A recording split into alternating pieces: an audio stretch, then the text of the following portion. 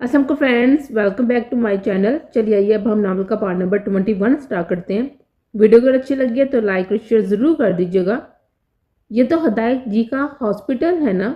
गाड़ी के हॉस्पिटल के सामने रुकने पर पलवशा ने हैरत से इम्तिसाल की जानिब देखते हुए इस्तफसार किया तो इम्तिसाल ने मुस्कुराकर सर इस बार में हिलाया। तुम पागल हो इम्तिसाल, लाला जान से मार देंगे। और मैं वैसे भी नहीं जा रही। कार के दरवाजे को साथी से पकड़ते हुए कहा तो इम्तिसाल ने गुड़ का पलवशा को देखा। पागल लड़की, कोई होश है तुम्हें कि नहीं? पहले ही तुम्हारा सरताज नाराज है, तुमसे मिलने भी ना आ सका। अगर वो मिलने आ भी जाते तो तुम्हारे होश ही ठिकाने लगाते थे। इससे पहले कि वो खुद आए, इससे बेहतर है कि तुम जाकर उन्हें मना लो और अपनी गलती के लिए माफ़ी भी मांग लेना। पलवशा का हाथ अपने दोनों हाथों में थामे घसीटने के अंदाज में आगे बढ़ते हुए कहा तो पलवशा ने घबराते हुए बेसाता नफी में गर्दन हिलाई। हमसे नहीं मनाया जाता किसी को, और वो तो पूरे जलाद हैं। मुझे मारने के बाद आने की वजह पूछेंगे। मैं नहीं जाऊंगी। इम्तिसाल प्लीज़ मेरा हाथ छोड़ दो। नम लहजे में कहते हुए अपना हाथ छुड़ाने की कोशिश की तो इम्तिसाल ने गर्दन मोड़कर साथ नजर से पलवशा को घूरा। जबकि पलवशा हाँ ने बेबसी से उसको देखा। वो अब उसे क्या बताती कि उसके ख्यालों की दुनिया में जो हदायत शाह था वो एक रहम दिल मसीहा था, जो दर्द की दवा तो हो सकता है मगर वजह नहीं। मगर हदायत शाह ने बुरी तरह पलवशा खान को ख्यालों की दुनिया से हकीकत में पटका था। अब तो पलवशा की नज़र में हदायत शाह तूफान बनकर आया था और हर शाह बर्पा कर चला गया था। मगर वो तहस नहस करके भी पूरी जान से पलवशा को परिणाम कर चुका था। हदायत शाह के हाथों का सुलगता लम्स अभी भी पलवशा खान के वजूद में सुनसनी दुरा देता था। और इम्तिसाल कह रही थी कि वो इस शख्स को जाकर मना ले जिसकी नीली आंखों में वहशतें और जुनून देखने के बाद वो ठीक से सो नहीं पाई थी। जो शख्स पल में क़यामत बर्पा करके गया था। इम्तिसाल कह रही थी कि उस शख्स के सामने अकेली जाए, अकेली जाते वो मर ना जाए। ये रहा तुम्हारे मियाँ के ऑफिस। अब अगर यहाँ से तुम बात किए बगैर निकली तो जान निकाल लूंगी मैं तुम्हारी। हरदायशा के ऑफिस के सामने खड़े होते हुए पलवशा के बाजू को थाम कर अपने सामने करते हुए साफ ताजे में कहा तो पलवशा ने तड़प कर पीछे होना चाहा, मगर उससे पहले ही इम्तिसाल उसका बाजू दबोच कर दरवाजा खोलती हुई अंदर धकेल चुकी थी। होंठों पर फड़िया मुस्कुराहट सजाए हुए कदम कैफेटेरिया की जानब बढ़ाए। वो आने से पहले ही हर चीज़ पता कर चुकी थी कि हदायत का ऑफिस कहाँ है, वो किस वक्त फ्री होता है, लंच टाइम पर कहाँ होता है, यानी कोलिग्स के साथ या अकेला। इस पर मुलाजिम ने बताया था कि वो अपनी ड्यूटी से फारिग होकर अकेला रहना ही पसंद करता है। कोलीग से भी काम के सिलसिले में ही बात करता है। उसकी बहराम और बलाज के अलावा किसी से दोस्ती भी नहीं है, इसलिए इम्तिसाल को यही वक्त ठीक लगा। जितनी बेवकूफ़ उसकी कज़न थी और जितना गुस्सीला उसका जीजा निकला था, उसका तो इम्तिसाल को भी यही बेहतर लगा कि दोनों एक दूसरे के अकेले में बात कर लेना, ताकि इनके दरमियान मौजूद सब गलतफहमियाँ दूर हो जाए और वो एक दूसरे को अच्छे से समझ सकें। कैफेटेरिया में आई तो वहाँ बस इक्का दुक्का लोग थे। अभी कुछ दिन ही तो हुए थे हॉस्पिटल को स्टार्ट हुए। काउंटर पर जाकर अभी वो अपना ऑर्डर देती कि अपने कांधों पर इर्द गिर्द चादर और किसी के मर्दाना हाथ महसूस करके वो भुंजकार करेगी। गर्दन तिरछी करके अपने बाएं जानब देखा तो दक से रह गई। बेराम शाह जो हदायत से मिलने हॉस्पिटल आया था, मगर हदायत के रूम के सामने से गुजरती लड़की पर इम्तिसाल का गुमान हुआ तो उसके पीछे ही कैफेटेरिया में आया। अपने शक पर यकीन की मोहर लगते देकर बेराम शाह के वजूद में सरवर की लहर दौड़ गई थी। मगर वहां बैठे मेयर डॉक्टर की निगाह इम्तिसाल खान के वजूद पर गिरी देकर बेराम शाह को अपने रगों में शरारे फूटते हुए महसूस हुए।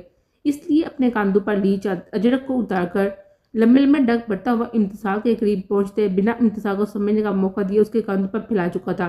अपने बाएं जानब चेहरे पर चट्टानों से साथी लिए खड़े बेराम शाह को देखकर इम्तिसाल की आंखें हैरत से फटी की फटी रह गई। बेराम शाह की गर्दन तिरछी करके सत नजर से खुद को हैरत से तकती इम्तिसाल खान को देखा और बिना किसी की परवाह किए इम्तिसाल की कलाई अपने सत गिस्म में लेता हुआ वहां से निकलता चला गया। हाथ छोड़े हमारा, आपकी हिम्मत भी कैसे हुई यह घटिया हरकत करने की? हाथ छोड़े बेराम शाह, वरना मैं लाला को आपकी इस हरकत के बारे में बता दूंगी। बेराम शाह के साथ घसीटते दबे दबे लहजे में चिल्लाकर कहा तो बेराम शाह ने अपनी गहरी रात से आंखों से घूरकर इम्तिसाल खान को देखा। बेराम शाह की सख्त नजरों को देखकर इम्तिसाल की जुबान तालू से चिपक गई थी। तभी बेराम शाह ने एक रूम का दरवाजा खोलकर इम्तिसाल को अंदर धकेला।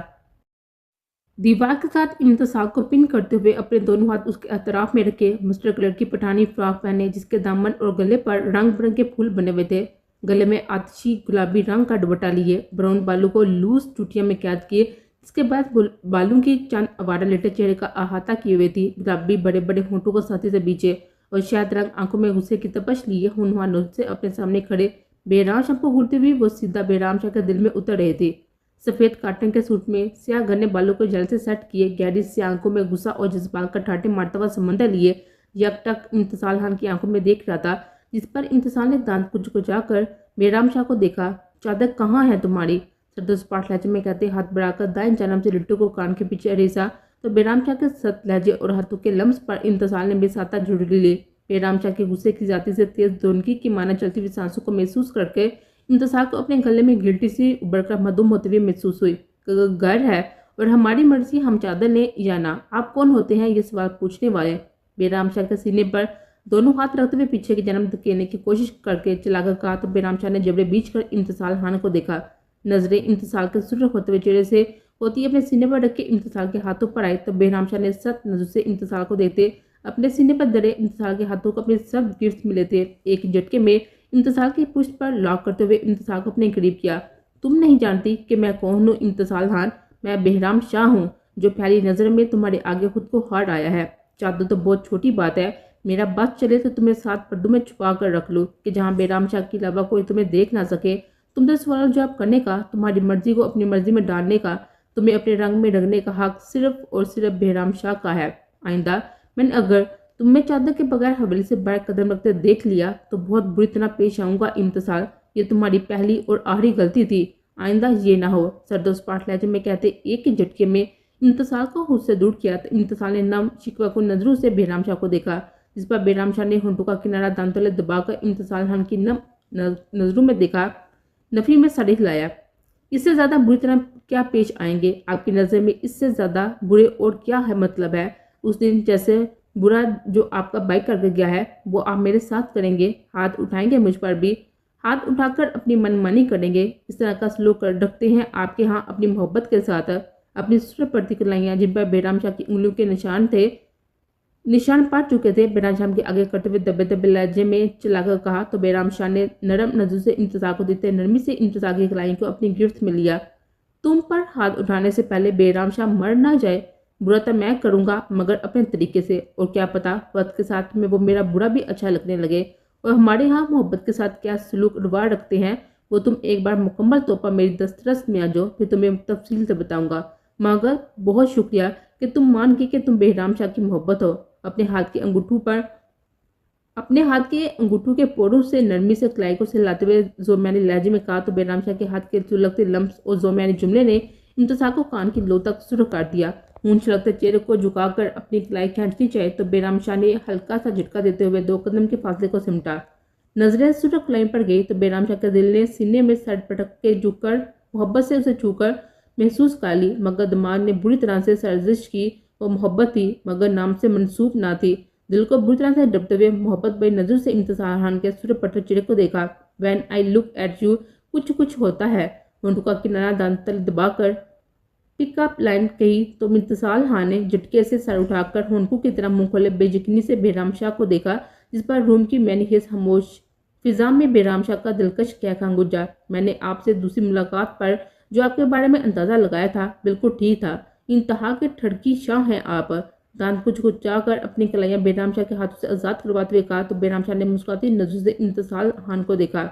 ये तो कल मुझे किसी ने सेंड की थी मगर उसे पढ़कर मुझे तुम्हारी याद आई। तुम्हें देखकर कुछ तो क्या बहुत कुछ होता है दिल में है। तुम इसे छोड़ो, ये बताओ दूसरी मुलाकात में ठड़की लगा था तो पहली मुलाकात में कैसे लगा था? उस सब का मतलब तुम्हें भी तो कुछ हुआ था ना जो मेरे बारे में सोचा। इम्तिसाल खान के कंधों चादर को ठीक करते हुए शोर लहजे में कहा तो इम्तिसाल ने गुरु का बेराम शाह को देखा। पहली मुलाकात में गलती से डिसेंट इंसान लगे थे मगर अब मेरी वो गलत फहमी बहुत अच्छे से दूर हो गई है। सत नजर घूरते हुए कहा दिल में था कि पूछ ले कि उसे सेंड करने वाला कौन था या थी, मगर वो जानती थी अगर पूछ लेती तो बेराम शाह ने फैल जाना था। दिल को बुरी तरह से डबते हुए सत लहजे में कहा तो बेराम शाह ने गहरी नजर से इम्तिसाल खान के सुर पड़ते हुए चेहरे को देखा। यहाँ कैसे आना हुआ आपका? कमरे का दरवाजा खोलते हुए इम्तिसाल का हाथ थामे बाहर आते नरम लहजे में कहा तो इम्तिसाल ने एक नज़र बेराम शाह के हाथ में कैद अपनी कलाई को देखा। वो मैं पलवशा को हदायत लाला से मिलवाने लाई थी। बुरी तरह अपने लब कुचलते झिझकते हुए जवाब दिया तो बेराम शाह ने भी हैरत से गर्दन मोड़कर अपने साथ सर झुकाते चलती हुई इम्तिसाल खान को देखा और फिर मुस्कुराकर सर झटते इम्तिसाल बेराम शाह के बोझक लहजे और रुक जाने पर इम्तिसाल खान ने बेएहतियात सर उठाकर बेराम शाह को देखा। माँ जी को कुछ दिनों तक भेजूंगा, मुझे उम्मीद है आप इनकार नहीं करेंगी। अगर कोई बात या एतराज़ हुआ तो बिला झिझक अकीदत से कह दीजिएगा, वो मुझे बता देगी। मैं पूरी इज्जत और मान के साथ आपको अपनी ज़िंदगी में लाना चाहता हूँ। मेरे लिए बहुत खास हैं आप। मोहब्बत भरे लहजे में कहते हैं नरमी से इंतजार का हाथ छोड़ा, जबकि बेराम शाह के मोहब्बत भरे लहजे पर पल में इंतजार खान के चेहरे पर गुलाल बिखरा, जिसे देखकर बेराम शाह के वजूद में सरशारी की लहर दौड़ गई। एक गहरी मोहब्बत बड़ी निगाह इंतजार खान के वजूद पर डालते हुए हिदायत के साथ वाले रूम में छोड़कर बाहर आकर अपने गार्ड को बुलाकर दरवाजे से बाहर खड़ा कर दिया कि कोई भी इस रूम में जा ना पाए जब तक इंतजार खान रूम में मौजूद है। एक नज़र हदायत शाह के ऑफिस को देखकर लंबे लंबे डग पड़ता हुआ वहां से निकलता चला गया।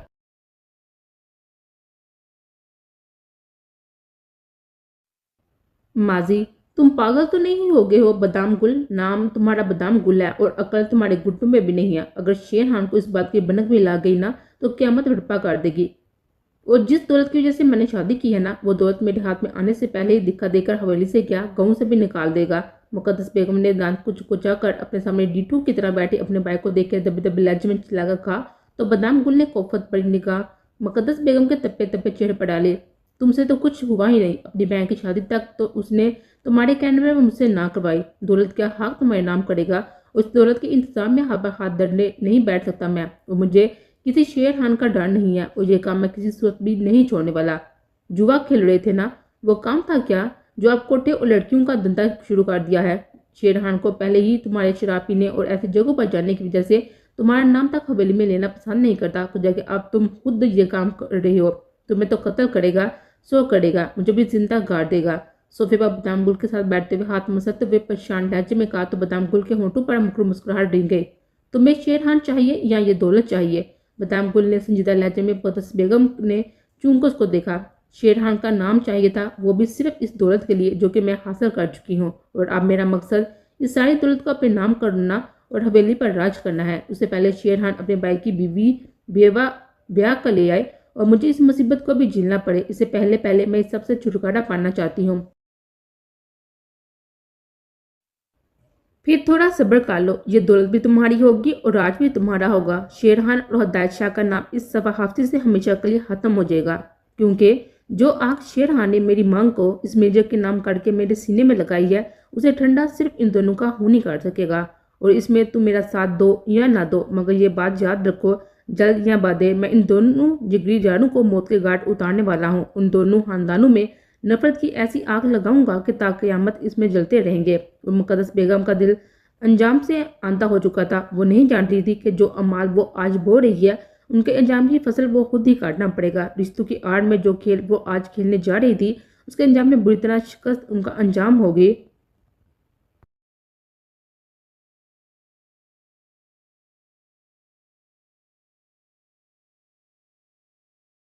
देखो मूवी, मैं नहीं कर सकता तुमसे शादी। तुम समझने की कोशिश करो, मेरी बीवी है, एक बेटा है, मैं कैसे उन्हें धोखा दे सकता हूँ? तुम पढ़ी लिखी हो, तुम्हारी आगे पूरी जिंदगी पड़ी है।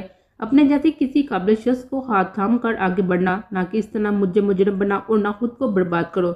शेरहानी ने समझाने वाले अंदाज में अपने सामने बैठी मुबीन बेगम से कहा, वरना दिल का उनका कर रहा था कि दो थप्पड़ लगा दे। शेरहान ने कब उनसे अपनी पसंदीदगी का इजहार किया था? हाँ, वो पसंद करते थे उन्हें, मगर अपने वालिद के फैसले को जानने के बाद उस राज को अपने सीने में ही दफन कर चुके थे। और आज मुमबिन बेगम ने उन्हें पैगाम भिजवा कर मिलने के लिए बुलवाया तो वो कोई ज़रूरी बात समझकर उनसे मिलने चले आए थे। मगर यहाँ आकर मुमबिन बेगम ने उन्हें शादी के लिए कहा तो वो भुंचका कर रह गए। मुकद्दस बेगम जैसी भी थी उनकी बीवी थी, वो कैसे धोखा दे सकते थे अपने नाम से जुड़ी हुई औरत को? उनका छोटा सा बेटा था जिसमें शेरहान की जान बरती थी, वो कैसे बेटे के मुजरिम बन सकते थे? देखो शेर, मुझे किसी बात से फर्क नहीं पड़ता। अपने लाला को मना चुकी हूँ मैं, उन्हें भी कोई एतराज़ नहीं है। तो बस मुझसे निकाह कर लो। अपने घर वालों से ये बात चाहे छुपाई रखना। मैं तुम्हें कभी भी किसी को बताने के लिए फोर्स नहीं करूँगी, लेकिन मुझे ठुकराओ मत। मैं तुम्हारे अलावा किसी और के बारे में सोच भी नहीं सकती। सोफे पर बैठे शेर खान के कदमों में बैठते मिन्नत बड़े लहजे में कहा तो शेर खान ने अफसोस भरी निगाहों से मुबीन बेगम को देखते तासुब से सर झटका और मुबीन बेगम को कान से थाम कर खड़ा करते हुए खुद फासले पर खड़े हो गए। हर इंसान ने अपने हमसफर के मुतालिक अपने ज़हन में एक खाका बनाया होता है। वो सारी जिंदगी खुद को पसंद आने वाली चीज़ों को इस खाके में फिट करता रहता है और सोचता रहता है कि उसका हमसफर इन खूबियों या सलाहियतों का हामिल होगा। वो बिल्कुल मेरी हवाबों जैसा होगा। तुम्हें देखा तो तुम मेरी साके में पूरी उतरी थी मुबीन, मगर खुदा गवाह है कि मैंने कभी नहीं चाहा था कि मेरी वजह से तुम्हारी इज्जत पर हड़प भी आए। मैं ये बात तुम्हें कभी बताना भी नहीं चाहता था। मैं बाबा से डायरेक्ट बात करना चाहता था, मगर खुदा को कुछ और ही मंजूर था। और अब जो तुम ये बिलावजह की जिद कर रही हो, मैं इसे किसी सूरत पूरा नहीं कर सकता। कल को तुम्हें अपने फैसले पर पछतावा हो, इससे बेहतर है तुम अभी से अपने फैसले पर नजरसानी करके पीछे हट जाओ। साथ लाजिम में कहते एक नज़र मुबीन बेगम के आंसू से तार चेहरे पर डालते साथी था जबड़े पीछे लंबे डाक बढ़ते हुए मुबीन बेगम के ड्राइंग रूम से निकल चले गए, जबकि वो